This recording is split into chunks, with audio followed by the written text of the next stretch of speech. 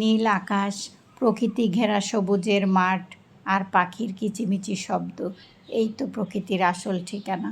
যে প্রকৃতি ভালোবাসে সে কখনোই একাকিত্ব অনুভব করবে না। প্রকৃতি আমাদের শেখায় ধৈর্য, শান্তি আর নিজেকে খুঁজে পাওয়া।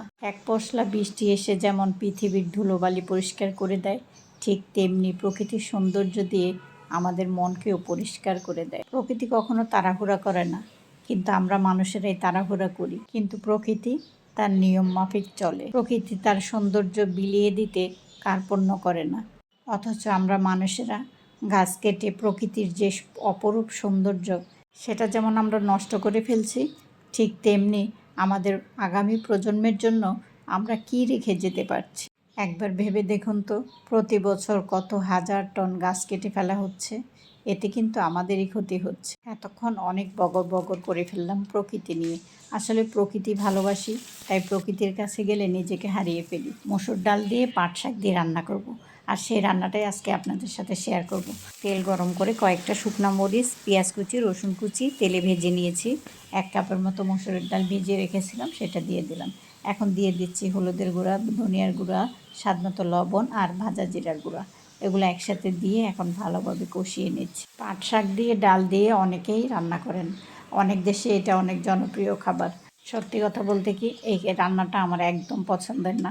আমার স্বামী খেতে চেয়েছে তাই রান্না করছি।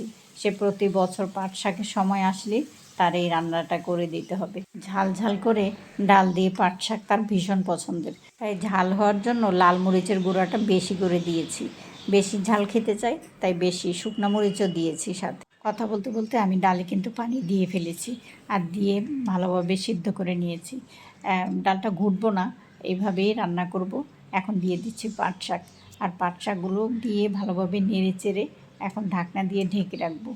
আর পাট শাকের মধ্যে আর কোনো মশলা দেব না, ফোড়নও দেব না আজকে। এইভাবেই একবারে বসিয়ে দিয়েছি।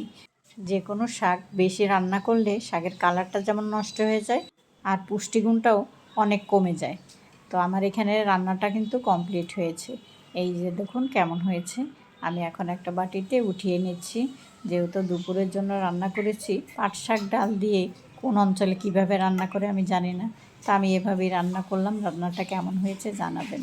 সেই দিন একটা ভিডিওতে দেখলাম আপু বলছে, আপনি মনিটাইজেশন পেয়েছেন, টাকা উঠাতে পারেননি, 3 মাস হয়ে যাচ্ছে, এখন কিভাবে টাকা উঠাবেন।